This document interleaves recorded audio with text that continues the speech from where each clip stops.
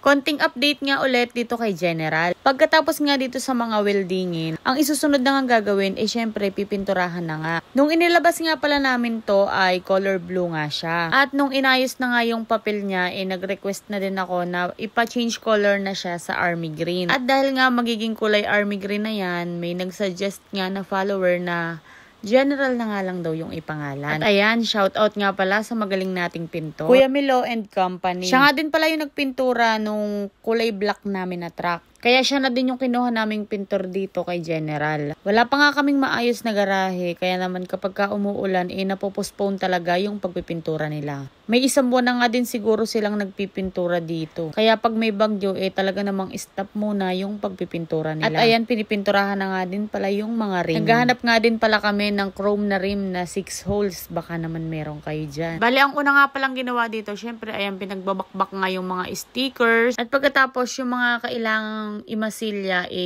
nilagyan na din nila para, syempre, alam nyo na, para makinis. Lahat nga nung maliliit na parts na yan, talagang chinatsaga na pinturahan ni Kuya Milo. Para quality ang kalalabasan ni General. At kung gusto nyo namang magpapintura kay Kuya Milo, pwede naman. Kaya lang medyo marami pa din siyang pending na gagawin dito sa amin. Gagawin ko din pala ng isa pang vlog lahat ng mga pinagbilan namin ng accessories, gumawa ng truck, nagpintura, ayan. May nagtatanong nga din kung ilang feet daw ba yung bed nito. Ang haba pala ng bed nito ay 18 feet. At ang lapad naman ay 8 feet. Long jack na nga din ito at ang capacity naman ng boom ay 3 tons. With winch na nga din ito kaya pwede na namin kayong hatakin. PM lang kayo kapag may ire-record tayo. From blue nga ay ayan, magiging army green na siya. Inayos na nga lahat ng ayusin dito bago ibiyahe. Dahil baka pagka tumatakbo na to hindi na siya maayos. Para isang gawaan na lang din. Kaya lang halos inabot na ata ng 4 months yan dito sa garahe. Kaya nga kahit ako naiinip din talaga. May mga ilan na din nagtatanong sa akin na kung pwede na daw ba silang mag-rent.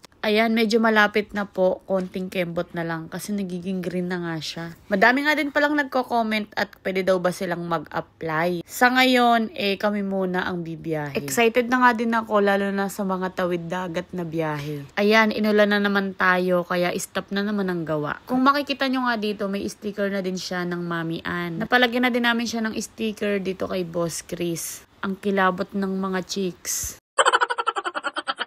Tignan nyo naman, gabing-gabi na nag-i-sticker pa. Kasama niya nga pala si Boss Peter Peco. Ayun, nag-iinom na. Tularan si Boss Chris. Yung kasamahan, nag-iinom na pero siya, nag-i-sticker pa din.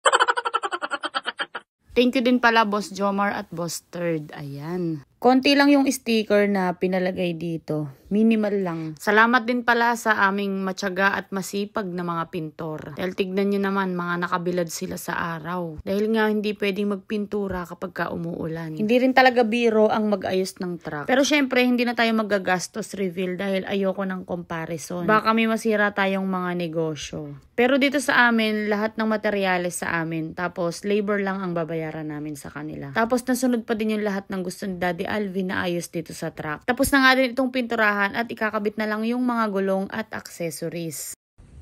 Unboxing General!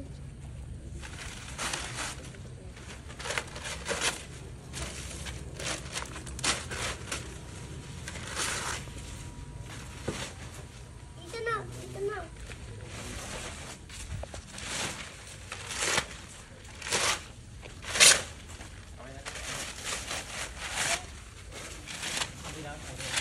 Yung susunod na video na to nagkakabit na lang ng mga accessories. Ayun lang. Thank you for watching. Bye-bye. Lambat!